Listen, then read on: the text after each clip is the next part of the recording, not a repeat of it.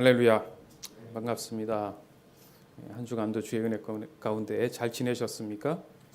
옆 사람과 인사하겠습니다. 주 안에서 사랑합니다. 한 번 더 합니다. 혁신의 2017년입니다. 혁신 두 번째 시간, 인간 창조의 목적, 창세기 2장 15절에서 17절 말씀 가지고 하나님을 경험하겠습니다. 인간의 창조의 목적은 간단히 얘기하면 나무 관리입니다. 나무 관리. 왜냐하면 그 유명한 선악과 사건이 있기 때문입니다. 그것은 아담의 관리 소홀로 인해서 생긴 아주 불행한 일이죠. 저주받은 일이 됐습니다. 쉽게 얘기하면 업무 태만이죠. 그러니까 월권이고 부정부패가 일어났다는 겁니다. 하나님은 에덴에 있는 정원관리사로 아담을 채용하신 겁니다. 그리고 업무를 맡기시면서 오리엔테이션도 하셨죠. 그리고 또 잘못 그 일들에 대해서 충실하지 못하면 해고를 당한다. 그래서 아웃이라 그러지 않습니까? 에덴에서 나가게 돼야 되는 것 또한 명시를 하는 것을 우리는 알 수 있어요. 또한 하나님은 반드시 말씀으로 통해서만 모든 것을 보여주신 것을 우리는 성경을 통해서 알 수 있습니다. 이것은 하나님에 대한 충분한 정보를 주신 거예요. 그러니까 결국에 가서는 그 말씀을 거부한다는 의미가 바로 창조의 목적에서 벗어났다라는 얘기를 하고 싶은 겁니다. 그게 이제 선악과에 대한 나무 관리가 잘못됐다. 그래서 근본적으로 창조의 목적은 나무 관리다. 좀 이렇게 쉽게 표현을 한 겁니다. 이것을 우리는 인간 창조의 원래 목적이다. 이렇게 부르고 싶은 겁니다. 사실. 그러니까 지구라는 전체를 보면 그렇잖아요. 하나님이 만물을 창조하셨습니다. 그 지구 전체를 보면 그 가운데에서도 하나님이 임재하는 장소가 반드시 있었다라는 거예요. 그걸 우리가 잘 아는 성소 아닙니까? 또 그 안에 하나님의 그 영이 임하는 지성소가 있어요. 그 지성소, 그 성소가 있는 그 구역, 거기를 에덴이라고 이해할 수 있는 겁니다. 그러나 머물 수 있는 자격이 주어지지 않는다면 그 구역에서 나가야 됐다는 얘기예요.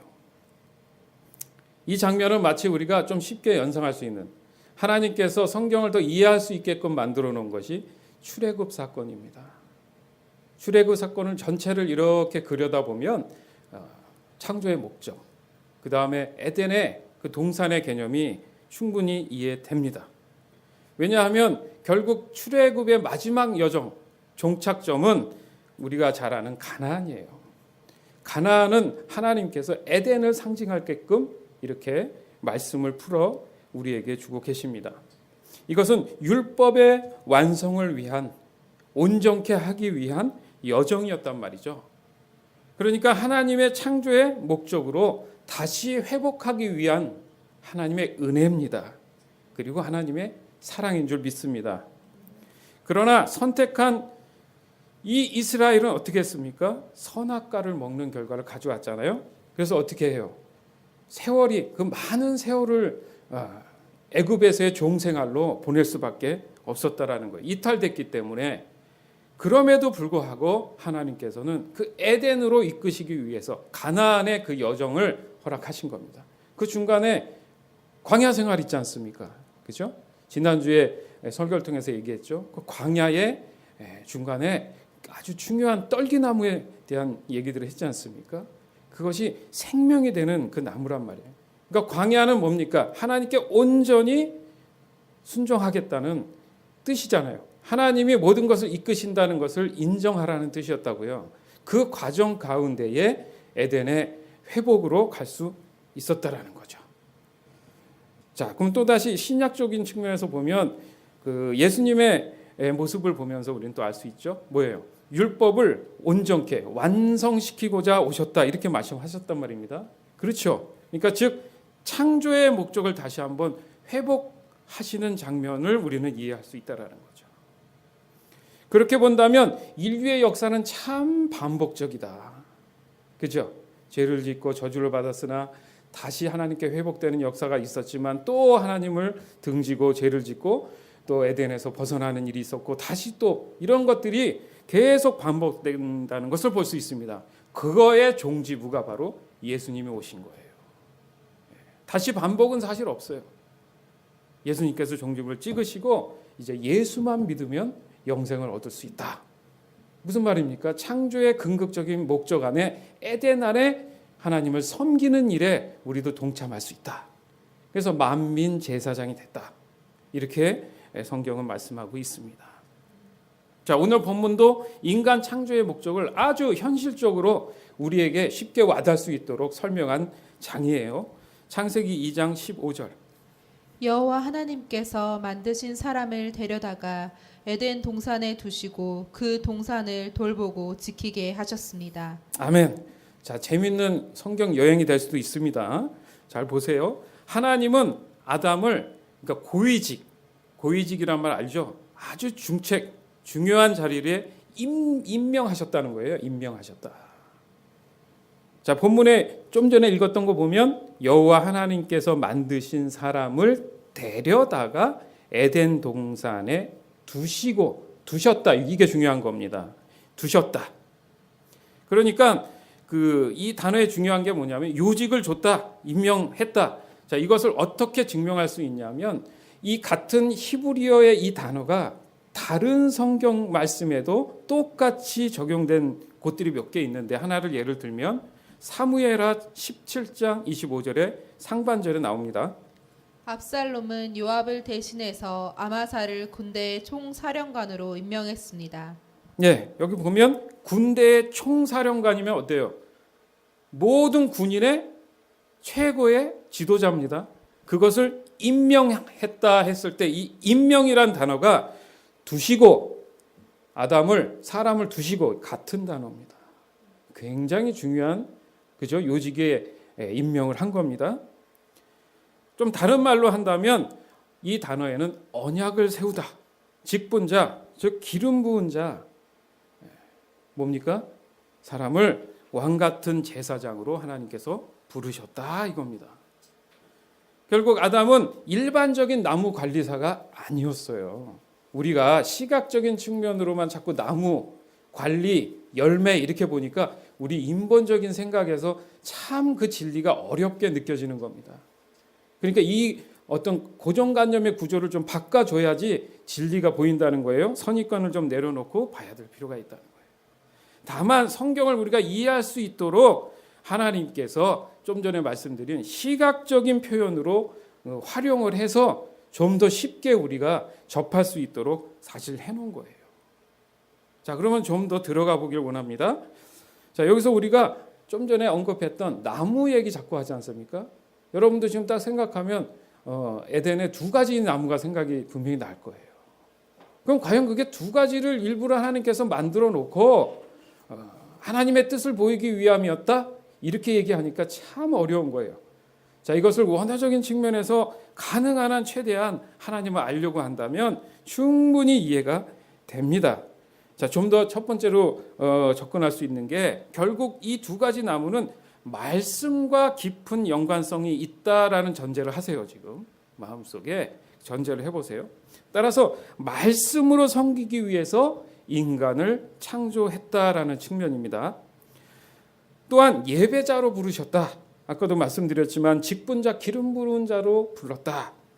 최초의 제사장이죠. 그 원어의 의미 안에는 섬김, 파수꾼이라는 단어도 다 포함되어 있습니다. 보니까 예수님도 그렇게 하셨어요. 내가 섬김을 받으러 온 것이 아니라 섬기러 왔다. 그 섬김이 이런 같은 뉘앙스를 갖고 있는 겁니다. 즉 말씀으로 지키려 오셨다. 이 얘기가 되는 거예요. 또한 이것은 성소와도 깊은 관련이, 왜요? 제사장을 말씀드렸잖아요. 굉장히 깊은 관련이 있습니다. 따라서 아담은 확실하게 하나님의 제사장으로 부르심을 받았다. 그리고 본격적으로 하나님은 무엇을 해야 될지에 대한 명령들을 하시는 장면이 나옵니다. 즉 창조의 목적에 준한 사람들이 해야 될 일에 대해서 말씀하고 계신 거예요. 그러니까 사람의 창조의 목적을 더 구체화시켜 나가셨다 이 말씀입니다. 창세기 2장 16절.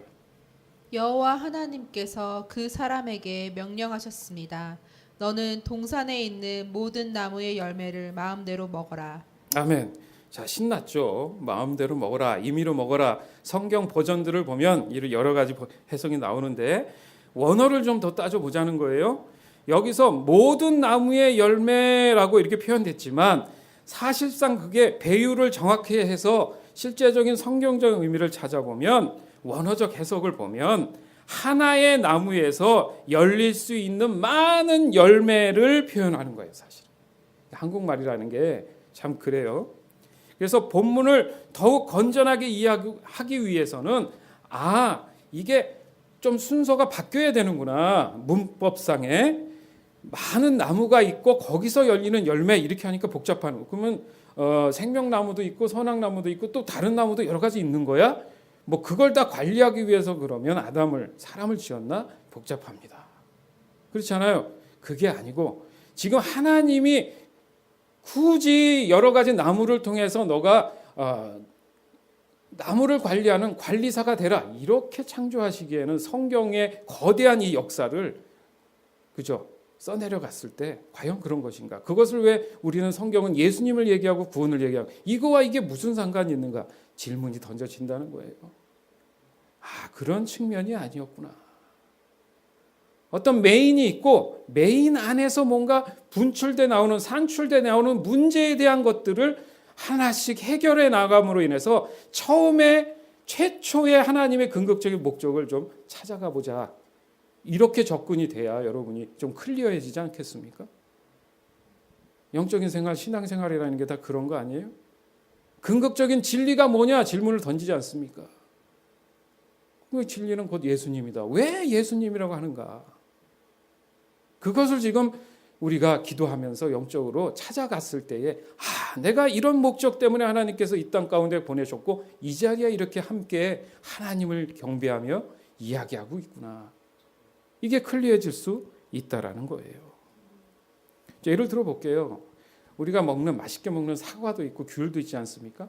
그러면 사과 자체를 먹으면 사과 그게 내 몸 안에 그냥 에너지예요?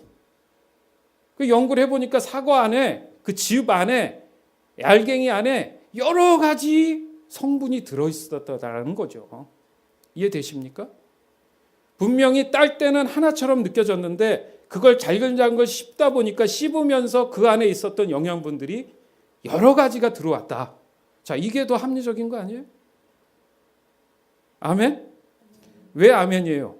생명나무가 있었다. 생명나무를 먹으면 영생, 이따가 이제 언급하겠지만 영생이 있다. 생명이 있다. 무슨 말입니까? 이 과일을, 생명 과일을 먹으면 내가 삶의 모든 것에 유택함을 얻을 수 있다. 왜요? 에너지니까. 근데 갑자기 생뚱맞게 또 따로 선악과를 심어 놓으신 다음에 그거 먹지 마라. 잔인한 거 아니에요? 그럼 그 근처도 안 갔겠지. 이해되시죠? 원어의 측면에서 이해하면 뭔가 우리도 논리적으로 합리적으로 이해가 충분히 가능할 줄 믿습니다. 근데 보세요. 마음대로 먹어라, 임의로 먹어라. 자꾸 이것은 내 안에 자유함을 주는 게 맞아요. 그렇죠? 자율성에 대한 그 선택의 자유에 대한 것을 주다 보니까 내가 이탈된다는 어떤 움찔하는 움직임이 있었다. 물론 그게 다 아니다라고는 할 수 없지만은 그것은 건전한 해석이 참 되기는 어려울 수 있습니다. 나무 두 그루가 있는데 그것에서 나오는 양식들을 먹고 그 중에 먹지 말라는 어떤 하나를 먹지 않아서 내가 저주를 받아서 이제 영생이 사라지고 이제 흙으로 돌아가고 사망이 온다. 이건 너무 과중한 죄 아닙니까? 하나님이 그렇게 만들고 하나님이 그렇게 벌 주고 허무한 거예요. 교회에 다니지 않고 예수를 믿지 않는 사람들 부류 중에도 이 말로 하나님을 찾지 않는 사람들이 많습니다. 하나님은 못됐다는 거예요. 그 요소를 굳이 만들어서 왜 이렇게 힘들게 하느냐. 이것은 실제적인 원어의 측면을 오해하고 있었던 거예요. 이것을 잘 깨달아서 진짜 하나님을 증거하는 게 복음인 거예요. 그러니까 하나님을 잘 믿어라. 하나님 말씀을 잘 이해해라. 이 얘기는 뭐냐면 잘 믿고 잘 이해를 해야 다른 사람에게도 진짜 하나님을 소개할 수 있다는 거죠. 그때 성령이 임하는 겁니다. 그러면 그 성령의 역사가 그 사람을 변화시키는 거예요. 그 생명의 에너지와 기름 부음이 그 사람한테 갈 수 있다는 겁니다. 자, 보세요. 좀 전에 읽은 것 중에 우리가 혹 놓치는 게 있어요. 뭐냐 하면 하나님께서 그 사람에게 명령했다. 명령을 잊어버리고 우리 마음에 확 들어오는 건 뭐냐면 모든 나무의 열매를 마음대로 먹어라. 이게 들어와. 명령은 다 없어지고 야, 마음대로 다 먹으래. 사람이 그럴 것 같지 않습니까? 근데 명령의 포커스를 한번 맞춰보세요. 이 말에 주목해야 될 이유가 명령이란 뜻은 수행해내야 하는 절대 복종을 얘기합니다. 뭐가 생각나요? 군대가 생각나죠. 군대는 절대 복종입니다. 안 그러면 영창 가요. 감옥 간단 말이죠. 따라서 원어에서 사용하는 이 의미는 뭐냐 하면 나무에서 나는 여러 가지 열매를 반드시 먹어라. 안 먹으면 죽는다. 선악과를 먹지 마라. 먹으면 죽으리라. 이게 반전의 말이구나. 그러니까 먹지 말아야 될 것, 먹을 것, 자꾸 이것만 생각하니까 이 말씀이 온전하게 내게 클리어하지 않았다는 얘기예요. 자, 좀 더 여러분의 이해를 좀 돕겠습니다. 말씀을 통해서 신명기 6장 1절에서 9절. 이것은 여러분의 하나님 여호와의 명령과 규례와 율법이요 여호와께서는 이것을 나더러 여러분에게 가르치라고 말씀하셨소. 여러분은 요단강을 건너 차지할 땅에서 이것을 잘 지키시오. 이것은 여러분과 여러분의 자녀와 자손들이 하나님 여호와를 평생토록 섬기도록 하기 위함이요. 또한 내가 여러분에게 주는 여호와의 모든 규례와 명령을 잘 지켜 오래오래 살 수 있도록 하기 위함이요. 이스라엘 백성들이여 이 율법을 잘 듣고 부지런히 지키시오. 그러면 모든 일이 잘 될 것이요. 여러분은 적과 꿀이 흐르는 비옥한 땅, 곧 여러분 조상의 하나님 여호와께서 약속하신 땅에서 큰 나라가 될 것이요. 이스라엘 백성들이여 들으시오. 우리 하나님 여호와는 오직 한 분뿐이신 여호와이시오. 여러분의 하나님 여호와를 마음과 뜻과 힘을 다하여 사랑하시오. 내가 오늘 여러분에게 주는 이 명령을 항상 마음속에 기억하시오. 그리고 여러분 자녀에게도 가르쳐 주시오. 집에 앉아 있을 때나 길을 걸어갈 때, 자리에 누웠을 때나 자리에서 일어날 때 언제든지 그것을 가르쳐 주시오. 그것을 써서 손에 메고 이마에 붙여 항상 기억하고 생각해야 합니다. 여러분의 집 문설주와 대문에도 써서 붙이시오. 아멘. 자, 이런 비슷한 말씀들이 성경에 굉장히 많죠. 자, 좀 전에 제가 설명했던 거하고 지금 읽었던 걸 오버랩 시키면 뭔가 형광등이 켜졌을 겁니다. 그렇게 이렇게 신명기 6장의 이 말씀을 그렇게 많이 봉독하고 읽었고 외웠는데 오늘은 좀 더 다르게 들린다는 얘기죠. 첫 번째 뭐냐면 여호와의 명령과 규례와 율법. 이건 명령이잖아요. 그죠? 하나님이 사람을 창조했을 때의 그런 말씀이란 말입니다. 근데 여기 보면 여러분은 요단강을 건너 차지할 땅에 이것을 잘 지켜라. 자, 요단강을 건너면 뭐가 있어요? 가나안이 있잖아요. 에덴입니다. 하나님의 창조의 목적에 거기에 이제는 들어가서 너희가 내가 이미 너희의 창조의 목적에 관한 것을 잘 지켜라. 아멘. 그래놓고 2절에 보니까 여호와의 모든 규례와 명령을 잘 지켜 오래오래 살 수 있도록 반드시 먹어야지 된다는 얘기죠. 반복하시잖아요. 규례와 명령을 또 얘기하시는 거예요. 오래오래 사는 방법은 그 말씀, 생명의 열매를 끊임없이 지속적으로 섭취를 해야 된다는 얘기입니다. 여러분은 적과 꿀이 흐르는 비옥한 땅, 곧 여러분 조상의 하나님 여호와께서 약속하신 땅. 그 에덴입니다. 적과 꿀이 흐른다는 게 시각적으로 보니까 자꾸 그렇죠. 12정탐꾼이 갔을 때 시험 들어서 온 거야. 시각적으로 보니까. 그게 바로 선악의 지식이었던 거예요. 시각적인 거. 그래서 또 나오지 않습니까? 4절에 보니까 우리 하나님 여호와는 오직 한 분이시니 여호와시요. 자꾸 다른 것을 들어붙이면서 하나님의 말씀이 오해가 되고 오역이 됐던 것입니다.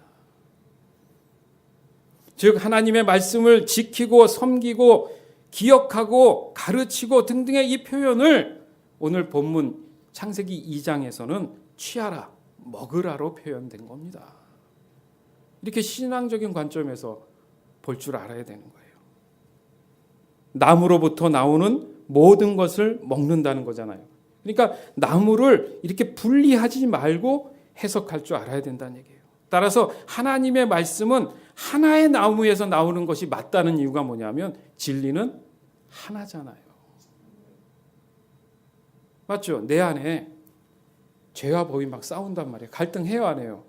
내 안에서 싸우는 거지 다른 것이 갑자기 옆에 있기 때문에 내가 그걸 가지고 죄를 짓는 게 아니라 내 안에서 지킬 것이냐 안 질 것이냐의 문제라는 거죠. 진리를 따를 거냐 따르지 않을 거냐.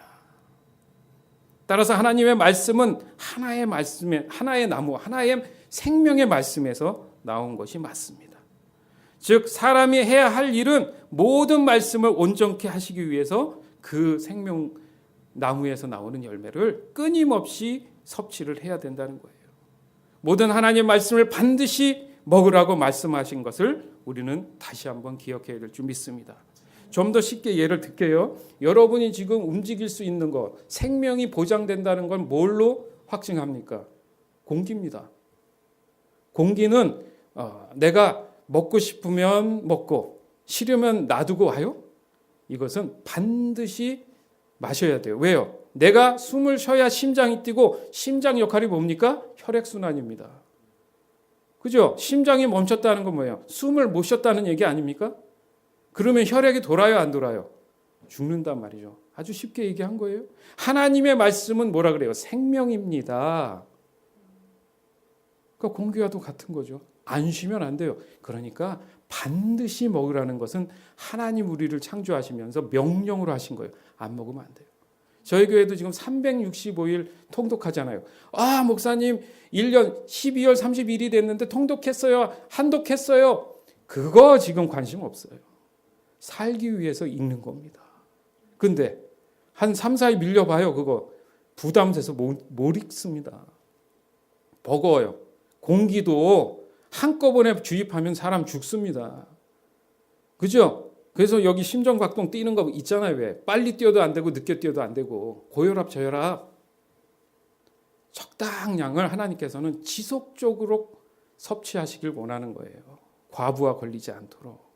이게 하나님의 지혜입니다.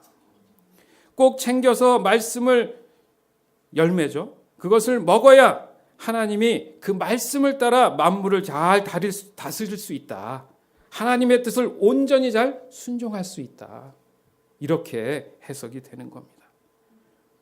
인간의 창조의 목적을 이해한다면 오늘날까지도 우리가 우리 신앙생활에도 하나님의 말씀을 생명이나 영생과 관련된 측면에서 이해하기가 아주 쉬워지고 선명해지는 겁니다. 자, 다시 한번 머릿속에 여러분 계속 여운이 남는 게 문제가 하나 있는 게 선악과일 거예요. 인간 창조의 목적으로 본다면 하나님은 굳이 이런 불편함을 감수해 가면서 이렇게 만드실 필요가 있었을까? 그렇지 않다는 거예요. 그렇지 않다는 거예요. 그러나 이 또한 죄로부터의 선입견에서 해석된 혼돈일 수 있다라는 겁니다. 자, 그래서 하나님이 언급합니다. 창세기 2장 17절. 그러나 선악을 알게 하는 나무의 열매만은 먹지 마라. 만약 그 나무의 열매를 먹으면 너는 반드시 죽을 것이다. 하나님의 사랑으로 인간을 창조됐죠, 분명히. 그런데 하나님의 입장에서 이 문제를 보지 않으면 우리의 입장에서 보면 자꾸 선악에 대한 부분들이 한계가 옵니다. 마음이 삐딱해져요. 부정적이 된 거죠. 하나님을 원망하기 시작합니다. 신앙생활이 그래요. 하나님을 오해하는 데서부터 출발합니다. 신앙은. 내가 하나님을 정확히 알지 못하기 때문에 시험이 드는 거예요. 그리고 난 잘하고 있다고 생각하는 거, 이게 선악입니다. 성령께서 이해해 주실 줄 믿습니다. 그러니까 죄로부터의 그 관점은 순모순투성이잖아요. 맞죠? 죄는 거짓말하고, 그죠? 당짓게 하고, 뭐 그런 말씀들이 있잖아요. 아, 죄는 모든 것을 이렇게 모순투성으로 만드는구나. 모순이라는 게 뭡니까? 진리에서 벗어났다는 얘기예요. 지금 이런 관점에 대한 갈등이 선악을 알게 한 영역을 말하고 있는 것일 수 있다라는 얘기입니다. 그러니까 선악과는 뭐예요? 부끄러움에 대한 잘못된 인식을 알게 된 겁니다. 오늘 2장 끝 부분, 끝 절을 보면 벌거벗은 것을 부끄러워하지 아니했다라는 내용의 비슷한 내용들이 있습니다. 뭐냐 하면 하나님의 처음 창조의 목적에서는 부끄러운 게 없었어요. 그런데 이 선악과라는 지식에 대한 의미가 내 안에 관념으로 들어오니까 이게 부끄러우는 거네? 이게 모순이라는 거예요. 하나님의 말씀에서 이탈된 어떤 지식이 들어오면서 모순이 생긴 거야. 그럼 애시당초 창조 때 부끄러워서 옷을 입고 있다라는 자체가 정의였다면, 진리였다면 계속 옷을 입는 게 맞아요. 근데 잘못된 지식에 대한 의미가 나한테 들어오면서 하나님을 거부하는 요소가 됐다는 겁니다. 그러니까 하나님을 내 식으로 이해하기 시작하는 것이 바로 선악이라는 거예요. 그 원인이 하나님의 말씀을 지속적으로 섭취하지 못한 상태에서 잘못된 지식이 들어가서 그렇다는 얘기입니다. 그러니까 나무에서 나오는 모든 열매를 반드시 먹어라라는 말이 이해가 되는 거죠. 이걸 안 먹으니까 감기에 걸리는 거예요. 바이러스에 걸린 겁니다. 왜? 면역력이 약해지면 걸려야 안 걸려요? 그게 따로 온 게 아니라 이런 논리에서 다 오는 겁니다. 그래서 뭘 맞아요? 그죠? 예방주사 맞잖아요. 플루샷 맞잖아요. 그렇죠? 하나님의 말씀이 예방주사란 말입니다. 그걸 안 맞으면 병이 오래 가다 보면, 그죠? 감기 무시하면 안 되잖아요, 여러분. 폐렴이 걸릴 수도 있고 여러 가지 증상이 온단 말입니다. 그런 논리하고 쉽게 접근할 수 있어요. 인간의 창조의 완벽성을 여러분 이해할 때 말씀을 먹고 성장하도록 만들었다라는 것으로 전제하셔야 된다는 얘기예요. 그거 필요 없으면 하나님의 형상대로 만들었을 때 인간도 하나님 동급이 돼야 돼. 그렇게 만드시지 않았다는 얘기죠. 하나님을 경배하는 자, 예배하는 자로 만드셨다는 것은 뭔가 끊임없이 내게 어떤 것이 주어져야 된다는 얘기예요. 그렇지 않으면 하나님의 영역 안에서 벗어날 수밖에 없다라는 거죠. 그래서 이런 말씀하십니다. 생육하고 번성하라. 다스리라. 지키라. 끊임없이 뭔가를 위해서 공급함을 받아서 그런 일들을 할 수 있다라는 겁니다. 즉 생명나무 관점에서 좀 보자는 거예요. 이게 선악과에서 생명나무를 보면 안 되고 생명나무에서 선악과를 봐야 된다는 얘기죠. 자, 그렇게 되면 먼저 좀 말씀드리면 결국은 생명나무는 그리스도입니다. 이게 이제 성경 안에서 다 확증이 돼요. 잠언 3장 13절에서 17절. 지혜를 발견하고 총명을 얻는 자는 복이 있다. 지혜는 은보다 더 소득이 많고 금보다 더 많은 이익을 준다. 지혜는 보석보다 값지니 내가 탐하는 그 어떤 것과도 비길 수 없다. 지혜의 오른손에는 장수가 있고 그 왼손에는 부와 명예가 있다. 지혜의 길은 즐거움의 길이며 그 모든 길은 평안이다. 아멘. 자, 지혜하지만 이 지혜는 예수님을 얘기합니다. 맞죠? 자, 왜요? 예수님이 길이잖아요. 그죠? 길잡이잖아요. 영생으로 가는 길이란 말이에요. 그러니까 지혜를 발견한다. 예수님을 경험하고 만나는 걸 얘기하지 않습니까?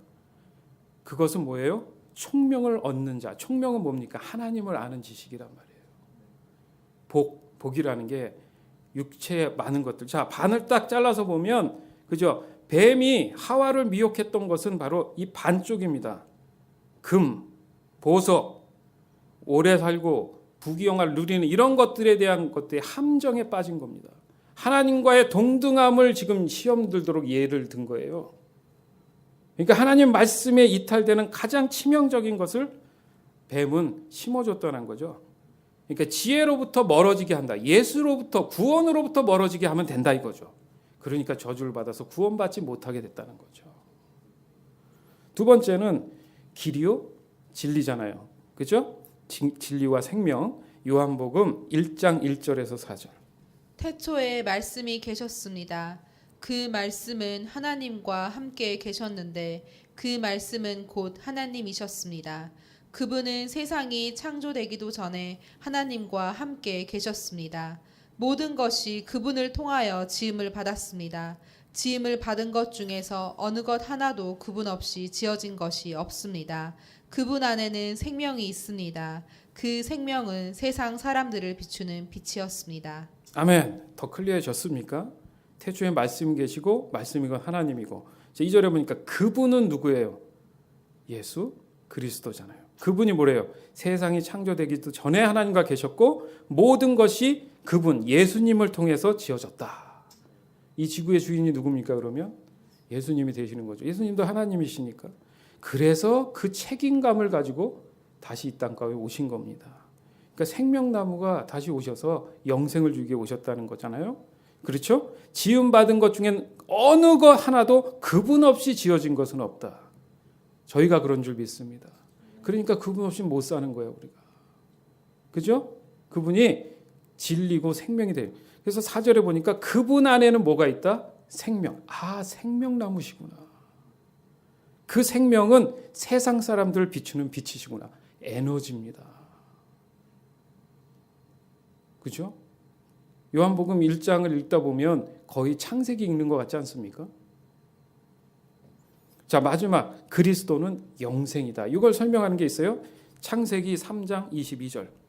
여호와 하나님이 이르시되 보라 이 사람이 선악을 아는 일에 우리 중 하나같이 되었으니 그가 그의 손을 들어 생명나무 열매도 따먹고 영생할까 하노라 하시고. 아멘. 생명나무 열매는 뭘 준다? 영생을 주는구나. 아, 그래서 예수님이 나는 길이요 진리요 생명이다. 나로 말미암지 않고는 아버지께로 갈 자가 없느니라. 이렇게 말씀하셨구나. 즉 에덴에 있는 생명나무는 영생이신 그리스도 예수가 되신 겁니다. 따라서 사람의 창조의 목적은 길, 진리, 생명의 열매들을 지속적으로 섭취, 반드시 먹어야 살 수 있는 거구나. 자, 이렇게 되는 거예요. 자, 생각해 보세요. 에덴에 동산을 이렇게 쭉 조성하고 만드신 다음에 또 거기에다 갈등할 수 있도록 요소를 하나님이 싹 주셨다? 이거는 말이 안 되는 겁니다. 왜요? 뱀이 나타난 거 보면 이미 그 뱀은 타락한 상태였다는 얘기입니다. 혹저나 하나님께서 그 뱀의 그 악한 영이 그들을 그저 건드릴 수도 있겠구나. 그러니까 생명나무에 달랑달랑 붙어서 절대 미혹당하지 마라. 그렇게 되는 겁니다. 뱀은 본질에서 벗어난 그림자를 자꾸 강조했어요. 뱀과 같은 선악의 지식으로는 잘못된 지혜를 얻는 것으로 이제 성소, 지성소에 들어갈 수 없는 겁니다. 그러니까 생명나무에 달랑달랑 붙어 있는 게 아니라 어떻게 했어요? 뱀은 선악과 나무에 달랑달랑 붙어 있었던 거죠. 즉 선악을 알았다는 인식으로 생명의 말씀을 그 열매를 먹지 못하게 됐다라는 겁니다. 그렇잖아요. 어떤 사람 보면 아무리 말씀이 있고 옆에서 역사가 일어나도 그게 못 받아들여주는 사람이 얼마나 많아요. 그죠? 오병이어 기적이 그 많은 사람을 먹였는데도 그 안에 구원받은 사람은 극소수였습니다. 귀 있는 자는 들을지어다. 그래서 그 말씀이 있는 거예요. 자, 로마서 7장 4절에서 7절. 네, 형제 자매 여러분, 이와 같이 여러분들도 그리스도의 몸으로 말미암아 율법에 대해 죽었습니다. 이제 여러분은 하나님께 열매를 맺기 위해 다른 분, 곧 죽은 사람들 가운데서 살아나신 그분의 사람이 되었습니다. 전에 우리가 죄의 성품에 사로잡혀 살았을 때는 율법이 우리 몸속에서 죄를 지으려는 욕망을 일으켜 죽음에 이르는 열매를 맺게 했었습니다. 그러나 이제 우리는 우리를 가둔 율법에 대해 죽고 율법으로부터 해방되었습니다. 그러므로 우리는 기록된 문자에 따라 하나님을 섬기는 것이 아니라 성령의 새로운 방법으로 하나님을 섬깁니다. 그렇다면 우리가 무슨 말을 하겠습니까? 율법이 죄입니까? 절대로 그렇지 않습니다. 율법이 없었다면 나는 죄가 무엇인지 알지 못했을 것입니다. 율법이 탐내지 말라고 말하지 않았다면 나는 탐내는 것이 무엇인지 알지 못했을 것입니다. 아멘. 여기서 율법 이렇게 막 율법만 하잖아요. 그러니까 두 가지 율법을 지금 얘기합니다. 지금 4절에 얘기하는 그리스도의 몸으로 말미암아 율법에 대해서 죽었다. 이건 율법주의, 그림자를 얘기하는 거예요. 진짜 실제 율법은 뭐냐면 아까 하나님이 사람에게 명령했던 거. 이걸 먹어라, 먹지 마라, 뭐 지켜야 되는 그 부분들 있지 않습니까? 그 율법. 그래서 7절에 보니까 율법이 죄냐? 율법주의는 죄다. 그러나 율법은 죄가 아니다. 왜요? 이것이 옳고 그른지 하나님 기준에 어떤 것이 옳은지를 보여줄 수 있다 이겁니다. 그러니까 또 표현하기를 쉽게 표현해서 율법주의는 기록된 문자, 이건 전통이에요. 그렇잖아요. 하나님의 말씀이 아니라 사람들이 세워놓은 전통들이 있습니다. 그걸 안 지키면 하나님을 잘 안 믿고 안 섬긴다고 오해하는 거 많잖아요. 교단들이 많잖아요. 자기 교리가 최고다. 뭐 이렇게 얘기들 하지 않습니까? 그렇지만 각각의 교회를 이단시하진 않아요. 그러니까 이단들. 삼위일체를 부인하는 것은 다 이단이 맞아요. 그거 외에는 그렇게 갈등을 하는 것보다는 그는 너는 너대로 해라. 그렇지만 뭘 고집합니까? 문서적인 것, 전통적인 것을 고집할 수 있다. 그것은 그림자와도 같다 이거예요. 자, 하나 더 보겠습니다. 마태복음 5장 17절에서 18절. 내가 모세의 율법이나 예언자들의 말씀을 깨뜨리러 온 줄로 생각하지 마라. 나는 그들의 말씀을 깨뜨리러 온 것이 아니라 완성하러 왔다. 나는 너희에게 진정으로 말한다.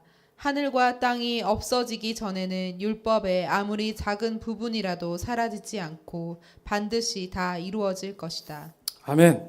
이것은 예수님을 얘기합니다. 예수님이 사라지십니까? 예수님이 법이에요. 법은 사라지지 않는 겁니다. 사람들이 그것을 선하게 지식으로 잡고 딜이 되니까 예수님이 아닌 아수님이 돼버린 거예요. 그것이 실제 예수님이라고 생각하고 믿으니까. 그래서 신약은 계속 끊임없이 여기가 뭐한다, 여기가 예수다, 여기가 예수다 쫓아다니지 마라. 말씀 붙잡고 기도하고 말씀을 옳게 성령을 통해서 깨달음을 통해서 그 진리를 따라가라. 그래서 그 얘기가 나온 겁니다. 여기서 알 수 있는 것은 우리가 하나님의 말씀을 받아들이는 방법이 두 가지구나. 잘 들어보세요, 여러분. 여러분 삶에 적용하라는 얘기예요. 내가 하나님의 말씀을 어떻게 받아들이고 있는지 한번 냉철하게 자신을 돌아보라는 거예요. 여기 문자적이다, 글자적이다, 뭐 이런 얘기 하지 않습니까? 문서를 통해서 이게 뭐냐면 인간이 만들어 놓은 판단이나 지식이나 이성, 그러니까 율법주의, 종교성, 형식주의 이런 것들의 습관성, 이 고집들, 그 다음에 우리 한국 사람의 좀 정서 있잖아요. 뭔지 알죠? 그 정서가 있어요. 그 어떤 그 신앙적 정서가 또 다릅니다. 미국 사람들하고.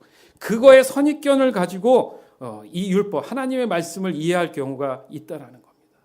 자, 그러면 거기에 뭘 넣어야 되냐면, 자, 율법이 말씀이고 명령이고 아담에게 그것을 명령하도록 주셨어요. 창조의 목적으로. 그것을 나무로 표현했습니다.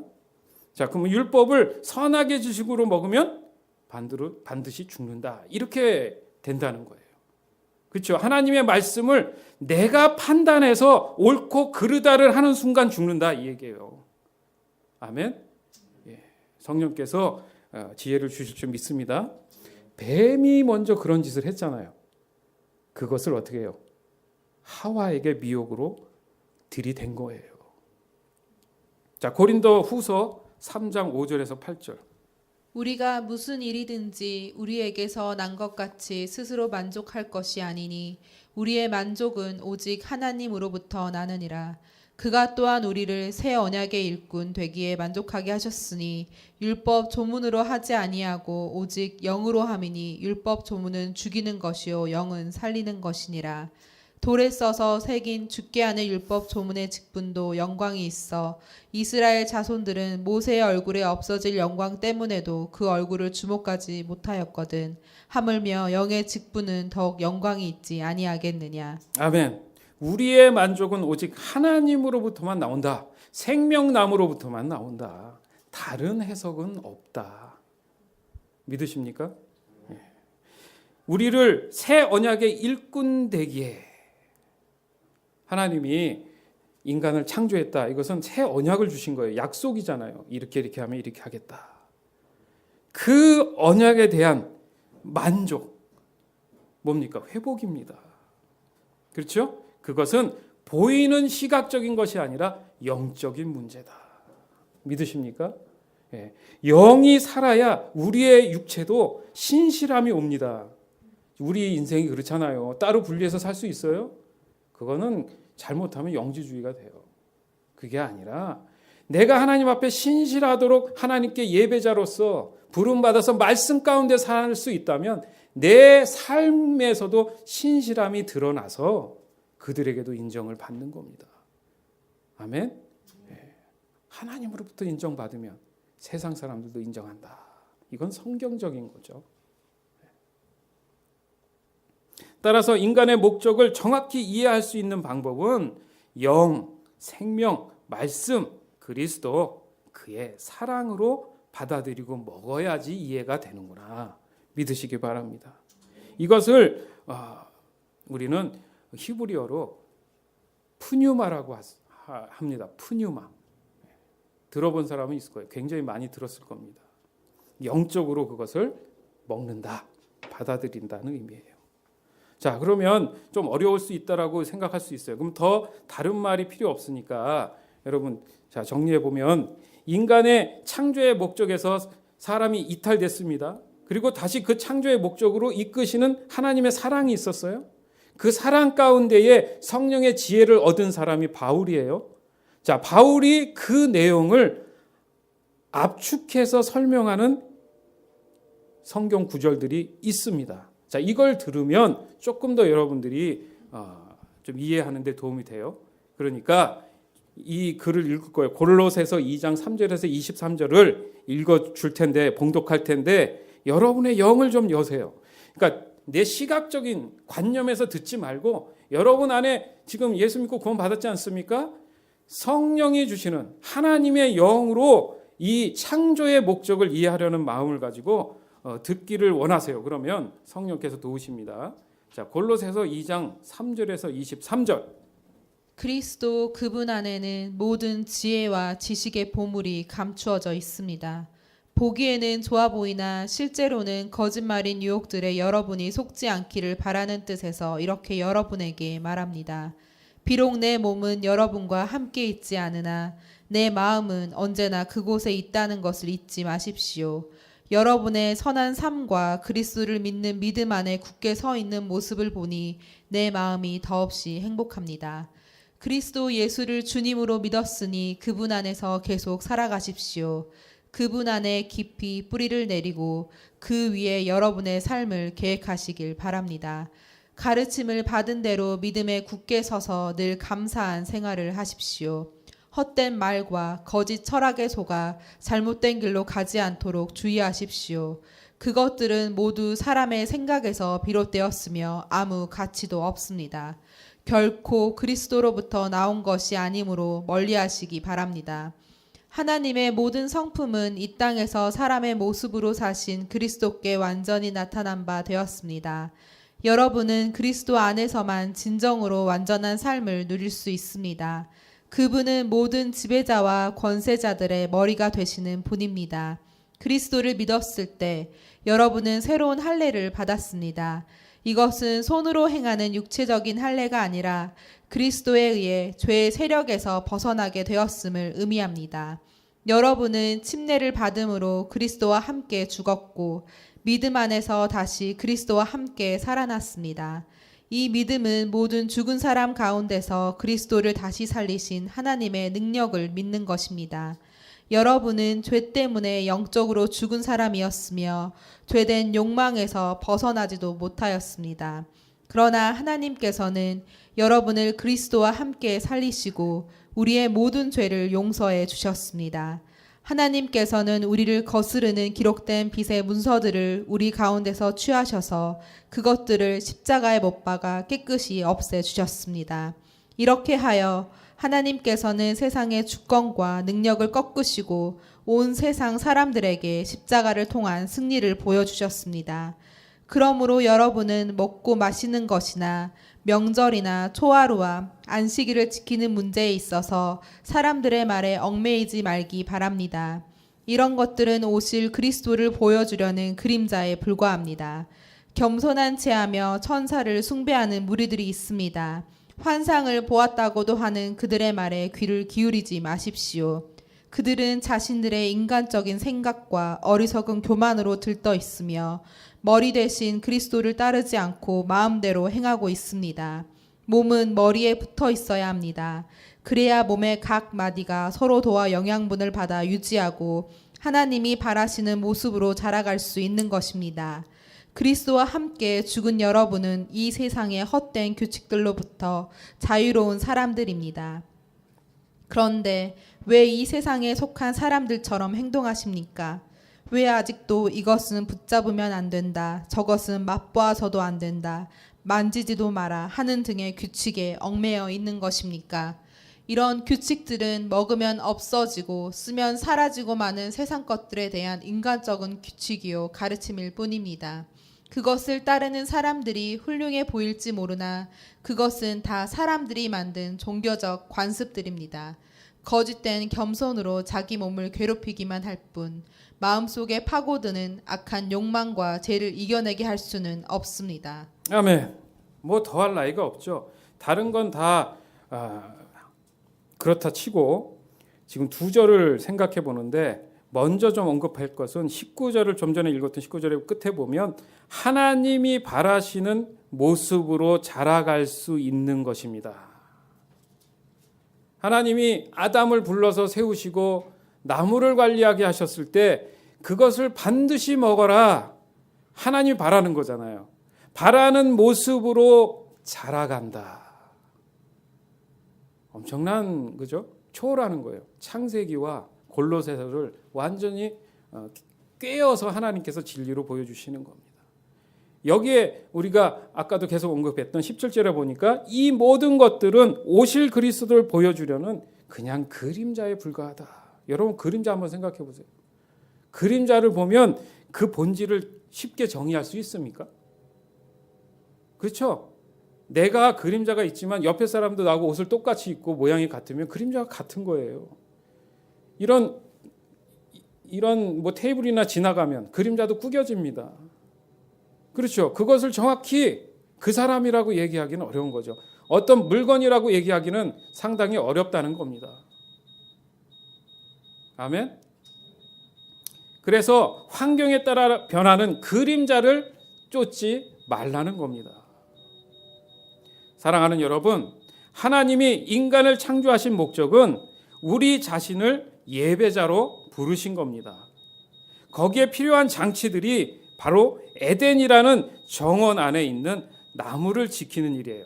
즉 뭐냐면 생명나무의 열매들을 반드시 지속적으로 먹음으로 말미해서 하나님께 신실하게 예배로 섬길 수 있는 자로 부르셨다는 것을 우리는 기억해야 됩니다. 그래서 이렇게 예배하는 거예요. 자, 예배의 기대감이 뭡니까?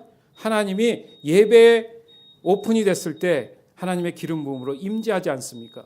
그 거룩하심으로 오셨을 때 우리는 받아들이고 예배를 통해서 하나님을 섬기는 일을 한단 말이죠. 아멘. 즉 길, 진리, 생명의 말씀이신 그리스도와의 관계를 끊임없이 유지하는 거. 그래서 믿음은 어떤 거예요? 믿음은 지켜내는 겁니다. 믿음은 버텨내는 거죠. 안 그러면 내가 믿음이 뭐가 필요해요? 내가 하나님이지. 끊임없이 말씀을 붙잡고 내 신앙과 믿음 흔들리지 않도록 세상의 선악에 대한 미혹에서 내가 노출되지 않도록 어떻게 해야 돼요? 끝까지 붙잡고 있는 게 믿음의 본질이에요. 믿음 없어 있어 판단할 문제는 그게 선악의 위험성이라는 거예요. 내가 믿음을 지키기 위해서 하나님이 주신 그 목적과 비전을 반드시 지켜야 된다는 마음을 가지고 성실하게 충실하게 맡은 바 일을 하는 거. 그게 3달란트 가진 사람, 5달란트 가진 사람이잖아요. 그 말씀이 그래서 거기 적용된 겁니다.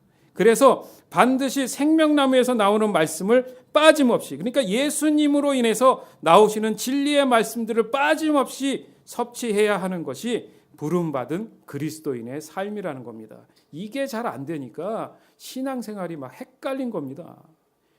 믿음의 갈등이 너무 심하잖아요. 우왕좌왕, 기복, 그런 것들이 왜 그렇게 혼탁해졌느냐? 이게 막 다 섞여서 그래요. 율법이냐, 율법주의자냐. 이런 게 막 혼용이 되면서 많은 부분 고통을 겪게 되는 겁니다. 이것이 지금 우리에게 필요한 혁신의 여정인 줄 믿습니다. 아까도 말씀드렸지만 역사는 반복된다는 것처럼 지금 교회들이 위기에 빠졌어요. 그 위기에서 벗어날 수 있는 것이 뭐냐? 혁신으로 가야 된다. 혁신은 새롭게 회복되기 위한 장치입니다.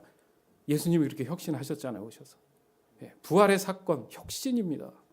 영생의 사건이지 않습니까? 그것을 우리가 온전히 어떻게 이해할 수 있느냐에 따라서 우리의 신앙도 건전해질 수 있다는 거예요. 더 나아가서는 교회들이 건전해질 수 있고 세상에 영향력을 줄 수 있게 된다는 겁니다. 이제 우리의 교만과 율법주의와 종교성, 그런 그림자들을 모두 다 떨쳐버리기 위해서 하나님의 말씀을 끊임없이 지속적으로 공급받음, 그리고 내가 그것을 충분히 섭취함을 통해서 우리가 하나님이 창조하신 목적에 의해서 신실하게 살아가는 저와 여러분이 되기를 주님의 이름으로 축원합니다. 축원합니다. 축원합니다.